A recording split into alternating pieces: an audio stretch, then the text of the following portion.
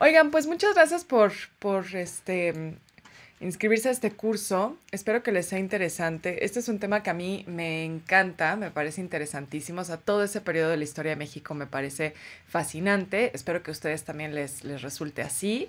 En esta primera sesión les quiero hablar un poco como de los meros inicios del muralismo, incluso desde los antecedentes, porque a veces tendemos a pensar que el muralismo es algo que surgió con la revolución, pero en realidad hay muchos antecedentes en los primeros años del siglo XX, cuando todavía es Porfiriato, que son súper interesantes y me parecía importante que también tuvieran todo ese contexto.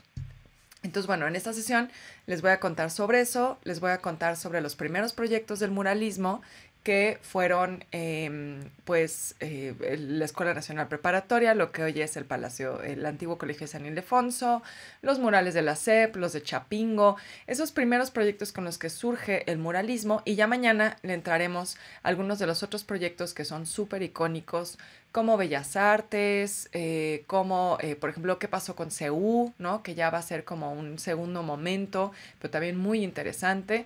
O bueno, más bien un tercer momento, porque lo que sucede en los años 30 y 40 va a ser realmente como la segunda parte donde ya se va a fortalecer el muralismo como un movimiento, como un proyecto que va a abarcar realmente pues todas las artes, y eso ya se va a ver mucho más pues en el proyecto de CEU, donde ya digamos que va a ser lo último del muralismo como tal, aunque realmente todavía al día de hoy hay muralismo, porque seguramente han visto que hay ahora artistas urbanos que hacen murales como más cercanos al graffiti y ese tipo de cosas, pero muchos de ellos se asumen como muralistas y se asumen como los que están continuando con el legado de estos muralistas que estamos celebrando su centenario.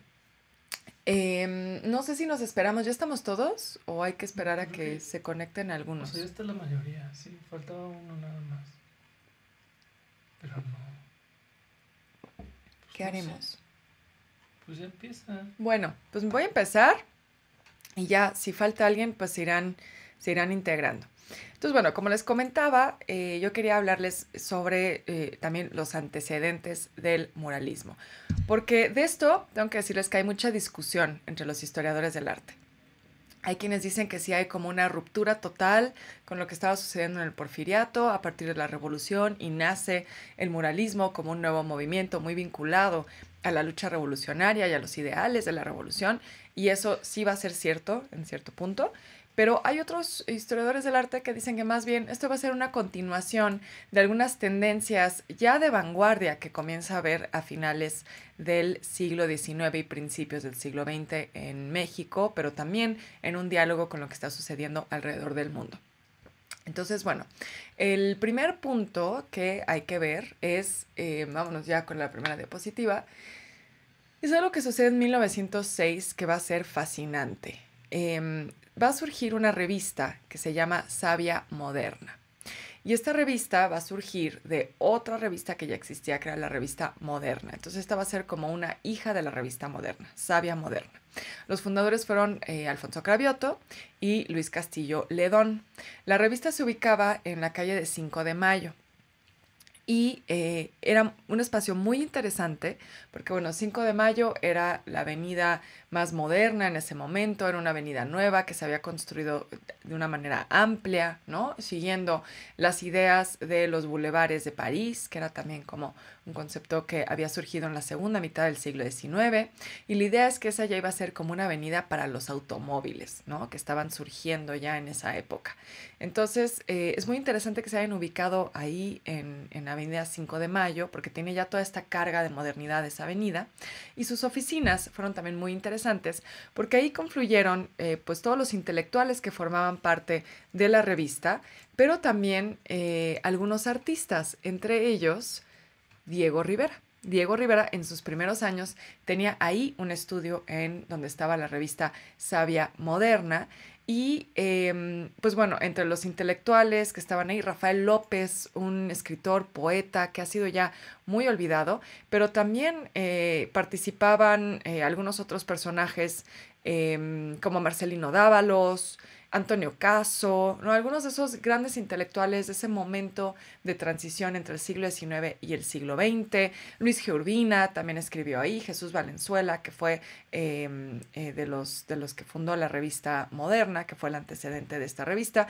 La revista solo tuvo 5 números, no fue muy grande, en el sentido de que no tuvo mucho alcance, pero sí lo tuvo en un sentido intelectual.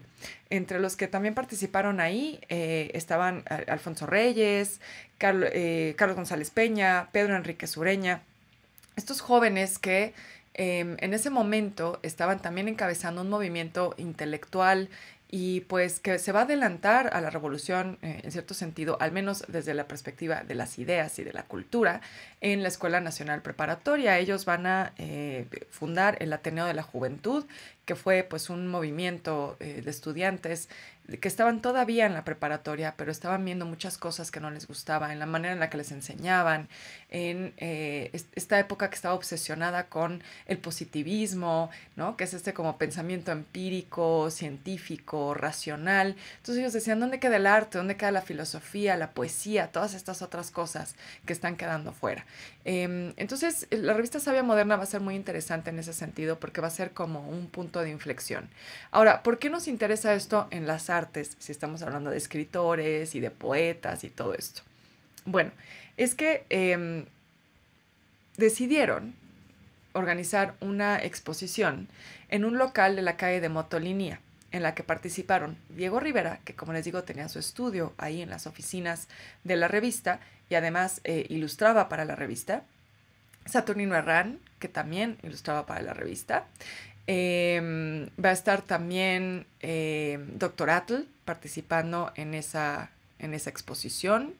Entonces va a ser muy interesante porque lo que va a suceder ahí es que vamos a ver ya a una generación de artistas que va a ser de diferentes edades, ¿no? Porque hay que acordarnos que Dr. Atl es mayor que Diego Rivera, Saturnino Arrán también, va a estar ahí también Germán Gedovius, que fue maestro de Diego Rivera, va a estar también, bueno, como les decía, Saturnino Arrán, Jorge Enciso, también va a ser muy interesante en esos primeros años del muralismo.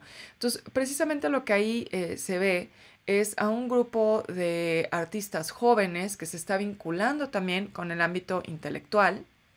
Roberto Montenegro también estuvo en esa exposición y que deciden unirse y hacer algo en colectivo y de manera independiente fuera de la academia. Todos ellos estudiaban en la academia o daban clases en la academia, en eso entonces ya llamada Escuela Nacional Preparatoria. Pero el tema de la academia, aquí era la Academia de San Carlos, pero la academia como concepto es que tenía una carga muy fuerte.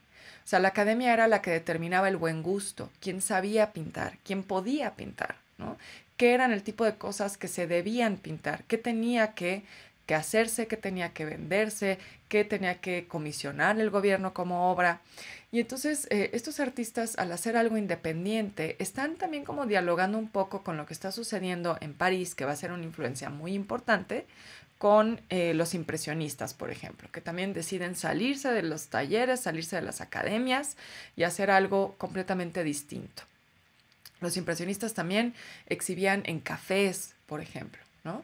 Entonces, están tratando de establecer como estos diálogos con una como primera vanguardia. No va a ser las vanguardias como, digamos, las vanguardias las entendemos como estos movimientos ya del siglo XX, todos los que terminan con ismo, ¿no? El futurismo, el cubismo, el surrealismo, todas esas. No va a ser una ruptura total con los lenguajes académicos, porque algunos de ellos van a seguir pintando pues cosas que consideraríamos muy tradicionales, ¿no? Como paisajes, ¿no? Gedovius siguió haciendo paisajes, retratos, ¿no? Estas cosas como muy tradicionales, pero ya fuera de la academia. Ya están tratando de hacer sus propios circuitos de arte y su propio trabajo independiente.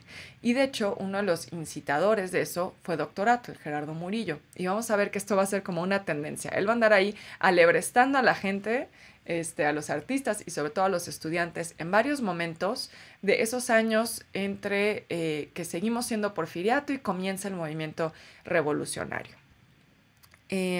Vámonos con el siguiente punto, que es ya lo que empieza a suceder a partir de 1910, ya en el contexto, no todavía de la revolución, pero de esos momentos que están como, digamos, en los albores, ¿no? Que están empezando a mover ahí como los ánimos y que ya se viene un cambio de régimen y un cambio de época. Por favor, díganme si en algún momento tienen alguna duda. Pueden ahí levantar la manita, pueden abrir su micrófono a interrumpirme, ¿no? Recuerden que aquí el punto es que pues estamos en Zoom y podemos platicar. Entonces, bueno, en 1910 va a haber otro antecedente muy importante que todos conocemos, que son los festejos del centenario de la independencia. Déjenme darle un traguito a mi licuadito. Perdónenme, amigos, es que no he desayunado. Entonces, bueno, ¿qué sucede en 1910 con los festejos del centenario de la independencia? Se hace una exposición de arte español, se hace una exposición de arte japonés y no se hace una exposición de arte mexicano. Entonces, bueno, se podrán imaginar que los pintores mexicanos pues estaban bastante indignados, ¿no? O sea, decían, ¿cómo es posible que estamos festejando el centenario de la independencia y no hay una exposición de arte mexicano, ¿no? Están trayendo a todos estos extranjeros, porque acuérdense que los países mandaban sus delegaciones y hacían distintas cosas, ¿no? Había actividades de todo tipo, culturales, industriales, ¿no?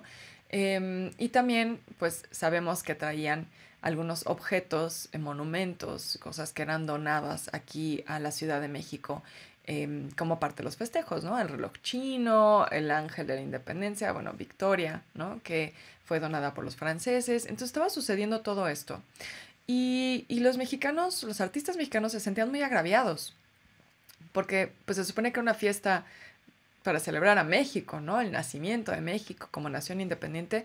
Y entonces deciden que si el gobierno no va a hacer una exposición de artistas mexicanos, la iban a organizar ellos. Y entonces los alumnos de la Escuela Nacional de Bellas Artes, antes Academia San Carlos, deciden organizar una exposición de artistas mexicanos y este proyecto también muy incitado por Dr. Atl.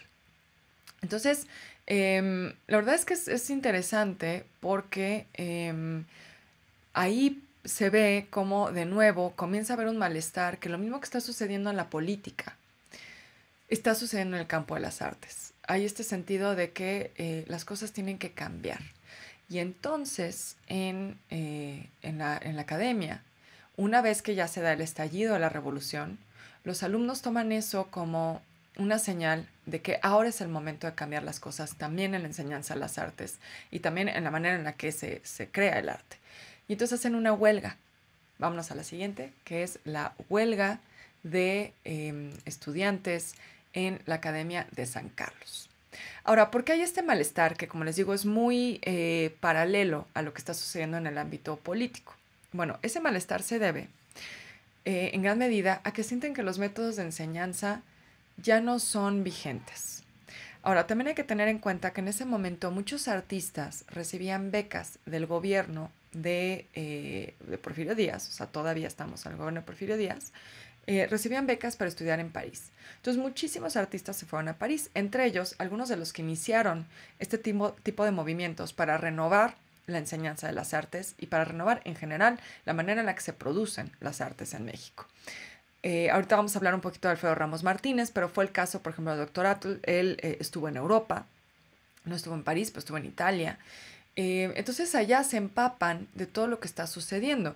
Entre ellos, por ejemplo, Diego Rivera, que se va a volver uno de los principales muralistas, se fue a París en 1909.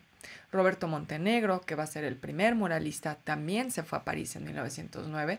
Entonces, bueno, ahí lo que vamos a ver es que están empezando a entrar en contacto con otras formas de hacer las cosas, con otras formas mucho más de vanguardia, y están viendo que en México se sigue enseñando con los mismos métodos del siglo XIX.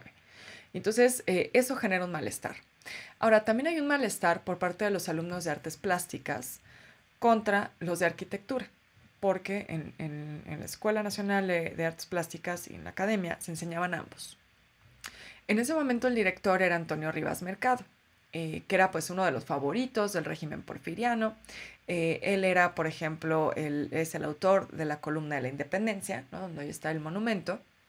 Y entonces había esta idea de que porque el director era de arquitectura, se le daba preferencia a los alumnos de arquitectura. Y había también algo que algunos de los artistas ya posteriormente decían, que la verdad ha quedado un poco en duda. Hay muchas investigaciones que sugieren que no era tan así, pero sí había esta idea de los artistas plásticos, al menos en retrospectiva, que decían que en esa, como en esa preferencia que se le daba a los alumnos de arquitectura, también había algo como de una especie de clasismo, por decirlo de alguna manera, porque la dinámica normalmente ahí era que los que estudiaban arquitectura eran los fifís, ¿no? Y los que estudiaban pintura eran más pueblo bueno. Ahora, eso decían Diego Rivera y Siqueiros y todos los alumnos que estaban estudiando en ese momento en la academia. Pero sí hay algunos historiadores del arte que dicen que no tanto, o sea, que también los pintores venían pues de un contexto de bastante privilegio, ¿no? Pero claro, ya como en el discurso comunista que traían los pintores después, pues sonaba muy bonito decir que ellos eran el pueblo bueno y los de arquitectura eran los fifís. O sea, sí tendían a ser los de arquitectura de, digamos, de la aristocracia porfiriana, pero tampoco es que los de pintura fueran los pobretones, ¿no? Entonces, digamos que hay que tomar eso con un grano de sal. Pero eso jugó también definitivamente en que se desatara esta huelga. Ahora, la huelga llegó así a niveles impresionantes.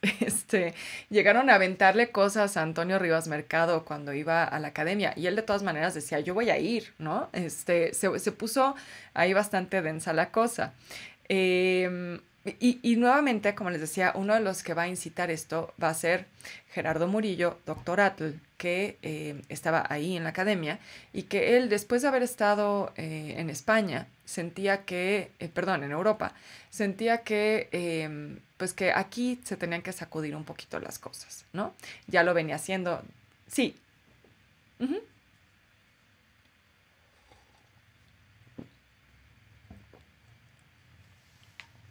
Ajá. Estaba como el modernismo. ¿Se acuerdan que les hablaba de Savia Moderna, de la revista Savia Moderna? Si nos regresamos un poquito como a esa diapositiva, creo que igual lo van a poder ver mejor. Pero era el modernismo, el simbolismo, todos estos movimientos de finales del siglo XIX, que ahí lo ven, por ejemplo, la tipografía es como medio Art Nouveau, ¿no? Todo es como muy ondulante, estas formas que ya no es como la pintura tradicional como histórica, ¿no? Que estaba en el siglo XIX. Si piensan, por ejemplo, en los cuadros que hay en el Munal de pasajes históricos o retratos o todas estas cosas, o sea, sí hay como otra interpretación un poco más libre de las cosas, pero todavía no van a ser estos movimientos de vanguardia, ¿no? Entonces eso va a ser lo que va a estar como de moda, digamos, entre los artistas que ya están buscando estos otros lenguajes, pero dentro de la academia sigue estando, por ejemplo, siguen a José María Velasco, ¿no? O sea, siguen como ese paisajismo del Andesio de José María Velasco, muy tradicional. Le siguen enseñando a hacer cuadros de historia, ¿no? Con pasajes, así como de batallas y este tipo de cosas. O sea, sí seguía siendo muy tradicional en la academia y los artistas jóvenes querían hacer cosas más en este estilo, ¿no? Que es el simbolismo, el modernismo eh, eh, que viene como de Francia, del norte de Europa, ¿no? Si piensan en los prerrafaelitas, por ejemplo, de Inglaterra, Gustave Moreau es otro referente importante en Francia. Entonces, lo vamos a ver un poquito más adelante con Montenegro, porque él va a ser uno de los que va a jugar mucho con estos referentes del simbolismo y el modernismo, ¿no? Y entonces, bueno, lo que sucede es que pues ya finalmente el 29 de julio de 1911 estalla la huelga y va a haber un cambio de dirección ahí. Y el que va a llegar a la dirección va a ser Ramos Martínez. Alfredo Ramos Martínez, que bueno, él era regiomontano, pero también es de estos artistas que a finales del siglo XIX se va a estudiar a Francia y él al venir acá decide hacer una revolución en la pedagogía de la academia en 1913 y eso va a ser muy interesante porque a Ramos Martínez muchas veces no lo conocemos. O sea, yo creo que si ahorita hacemos un ejercicio así a mano alzada de quién había oído a Ramos Martínez, creo que vamos a ser los menos, los que sí. O sea, es un hombre que se ha quedado como mucho en los círculos especializados, ¿no? Los historiadores del arte aprendemos de él, pero realmente se le ha hecho muy poca justicia. Y es que lo que él logró, o sea, ya cuando digamos, noviembre de 1911, ya que termina la huelga y él llega a la dirección, él está de acuerdo con los alumnos que iniciaron la huelga de que se tiene que renovar la enseñanza de las artes. Y entonces él en 1913 decide crear las escuelas de pintura al aire libre.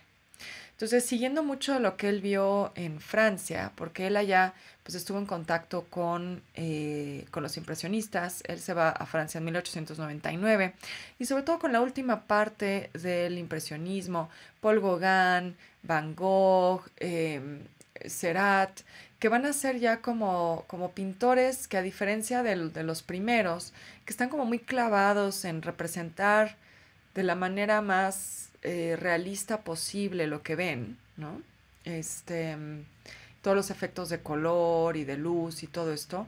Ya con Gauguin, Van Gogh, van a ser una representación un poco más subjetiva de esa realidad. O sea, si piensan en Van Gogh, pues sus pinturas no siempre son las más realistas, ¿no?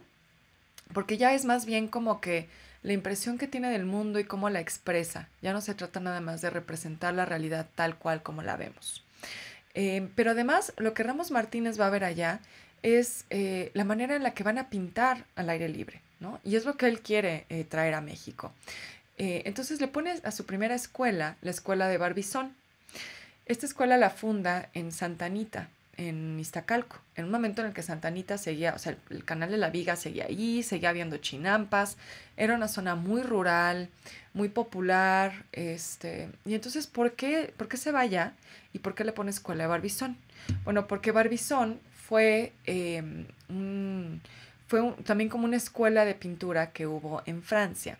La escuela de Barbizón pues más que una escuela, era un grupo de artistas que se fueron para allá, que se fueron a pintar en los bosques de Fontainebleau, y entre ellos estaba Rousseau, Millet, Troyon, Corot, y ellos pues van a ser como los realistas franceses, ¿no? Ellos van a ser los primeros que empiezan a romper con la pintura académica a mitad del siglo XIX, y lo que buscan retratar es a la gente real, a la gente de a pie. Por eso se van a estos pueblos rurales en los bosques de Francia, porque lo que están buscando es a los campesinos. Quieren mostrar la realidad, digamos, de la gente de verdad,